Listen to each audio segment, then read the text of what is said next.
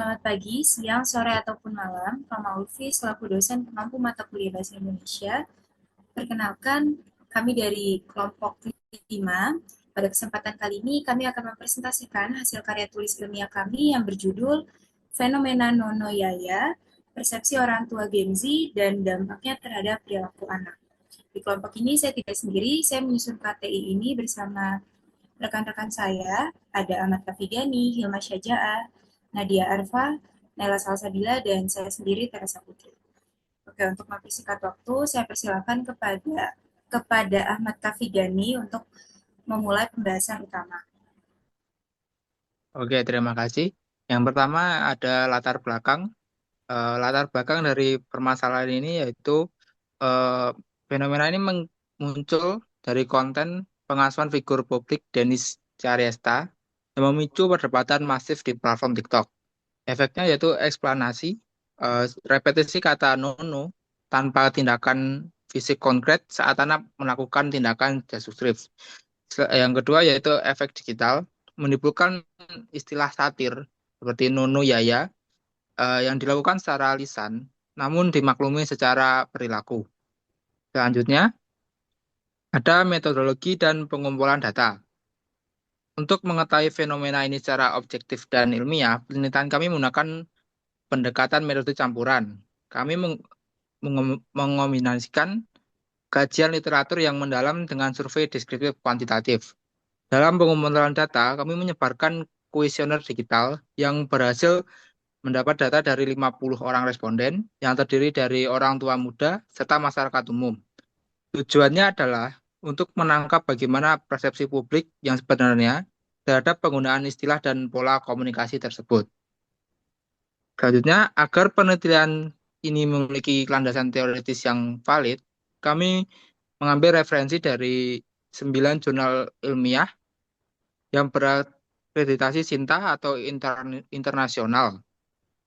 Jurnal-jurnal ini berfokus pada sosiologistik dan komunikasi digital untuk membuat data-data yang kami dapat itu tidak bersifat asumtif, namun memiliki validitas ilmiah yang dapat dipertanggungjawabkan dalam ruang akademik. Selanjutnya, Selanjutnya, di sini ada profil demografis responden dari give from kita yang sudah tersebar rata oleh 50 responden dari orang tua Gen Z. Di sini terlihat bahwa 21 sampai 25 tahun, yaitu sekitar umurnya Gen Z saat ini, terdapat 45% responden. Terus terlihat juga di sini 17 sampai 20 tahun Gen Z awal, yaitu 20%, sama halnya dengan usia Gen X, di mana rentan usianya yaitu 41 sampai 50 tahun, sekitar 20% juga. Terus juga untuk 26 sampai 30 tahun yaitu Gen Z akhir sekitar 15%. Terlihat bahwa di sini sangat signifikan untuk Gen Z, apalagi yang kalangan-kalangan orang tua muda. Terus juga di sini yang paling sedikit yaitu di Gen Z akhir, seperti di umur 27, 28, dan lain sebagainya.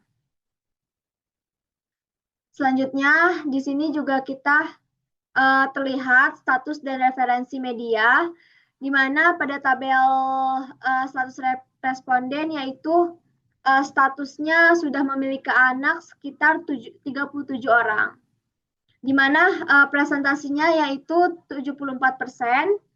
Dan untuk yang belum memiliki anak atau orang tua Gen Z yang belum memiliki anak yaitu berjumlah 13 orang. Lihat juga presentasinya yaitu sekitar 26%. Nah, untuk implikasinya 74% ini data berbasis pengalaman real pengasuhan. Jadi orang tua Gen Z yang saat ini sudah memiliki anak cukup banyak. Jadi kita memiliki responden yang sangat banyak juga. Preferensi medianya yaitu yang pertama ada Instagram, Jadi banyak orang tua Gen Z sekarang menggunakan media sosial. Terus juga ada TikTok juga yang cukup viral juga beritanya di TikTok. Jadi lebih aware aja orang tua zaman sekarang terhadap anaknya.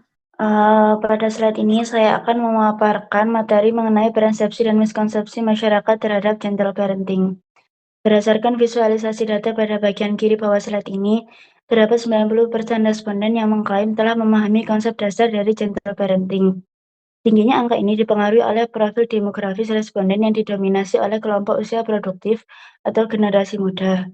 Mereka adalah generasi yang aktif mengakses informasi pengasuhan modern melalui platform media sosial seperti Instagram dan TikTok. Meskipun secara teoritis angka pemahaman mencapai 90%, data lapangan menunjukkan terjadinya miskonsepsi operasional, di mana sebagian masyarakat menyalahartikan gentle parenting sebagai pola asuh permisif, yaitu metode yang dianggap serba membolehkan dan menghindari konfrontasi demi mencegah anak menangis atau marah. Padahal jika kita cermati pada poin berikutnya pada slide ini, 70% responden menyatakan setuju bahwa gentle parenting tetap menuntut penetapan batas atau boundaries yang jelas. Konsep kelembutan dalam pengasuhan bukan berarti memberikan keterbatasan mutlak kepada anak tanpa adanya aturan. Selanjutnya, pada hasil penelitian menegaskan bahwa penerapan konsekuensi logis sangat krusial dalam proses mendidik anak. Data menunjukkan bahwa apabila anak tidak diberikan konsekuensi yang konsisten atas kesalahannya, mereka berisiko tinggi mengulangi perilaku negatif tersebut. Ketiadaan konsekuensi membuat anak kehilangan pemahamannya yang memadai mengenai batasan antara hal yang benar dan hal yang salah. Kondisi inilah yang memicu bahaya pergeseran dari gentle parenting menjadi pola asuh yang terlalu longgar atau permisif. Bisa dilanjutkan oleh Teresa. Kita masuk ke pembahasan poin kedua, yaitu kegagalan larangan verbal tanpa adanya aksi. Di sini kelompok kami mengkaji sebuah diagram batang yang tertera pada slide. Jadi ada 3 indikator utama yang kita soroti. Pertama, indikator non-verbal saja cukup. Nah, di sini diagramnya itu berwarna merah sendiri karena menunjukkan anomali data, di mana hanya ada 8% responden yang menolak pernyataan ini. Artinya, sisa mayoritas masyarakat di luar sana itu sangat tidak setuju kalau ucapan verbal saja dianggap sudah cukup. Lalu untuk indikator kedua, yaitu hentikan perilaku secara fisik.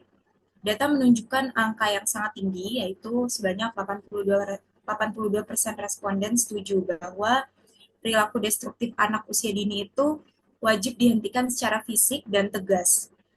Lalu untuk indikator ketiga, yaitu wajib tindakan lanjut. Sebanyak 66% responden juga setuju bahwa intervensi lanjutan yang konkret mutlak diberikan oleh orang tua pasca larangan verbal itu disampaikan. Nah, terus gimana analisis psikologinya? Balita itu bisa aja menderita desensitasi bahasa. Jadi kata-kata larangan yang diucapkan tanpa adanya aksi nyata, pada akhirnya hanya akan dianggap sebagai kebisikan atau noise oleh otak anak. Itu menurut Fadila Sumanto 2025. Akibatnya kata-kata tersebut kehilangan wibawa dan jika dibiarkan terus-menerus, data oleh Kemen PPPA tahun 2026 memperingatkan adanya risiko pergeseran dari pengasuhan positif jadi pengasuhan permisif domestik yang bisa aja membahayakan karakter anak di ruang publik nantinya. Next slide. Nah, dari data yang telah diambil, itu terdapat bahwa menunjukkan mayoritas responden setuju bahwa anak yang tidak diberi konsekuensi cenderung mengulangi kesalahan, menganggap larangan tidak penting, dan merasa perilakunya bukan masalah. Temuan ini sejalan dengan penelitian oleh Putri dan Laili pada tahun 2023, serta Mulyawati dan Purwadi pada tahun 2023, yang menunjukkan bahwa pola asuh permisif dapat meningkatkan perilaku menyimpang dan disertif pada anak. Salah satu contoh nyatanya seperti pada kasus pencurian motor berulang oleh 3 anak SD di Gresik yang menunjukkan bagaimana kurangnya batasan dan konsekuensi dapat berdampak pada perilaku anak. Next. Untuk kesimpulan pada fenomena ini, yaitu fenomena nono yaya menunjukkan distorsi gentle parenting yang cenderung permisif. orang tua perlu menyeimbangkan komunikasi empatik dengan konsekuensi yang tegas. Penelitian selanjutnya disarankan menggunakan sampel yang lebih luas dan mengkaji dampak jangka panjangnya. Next.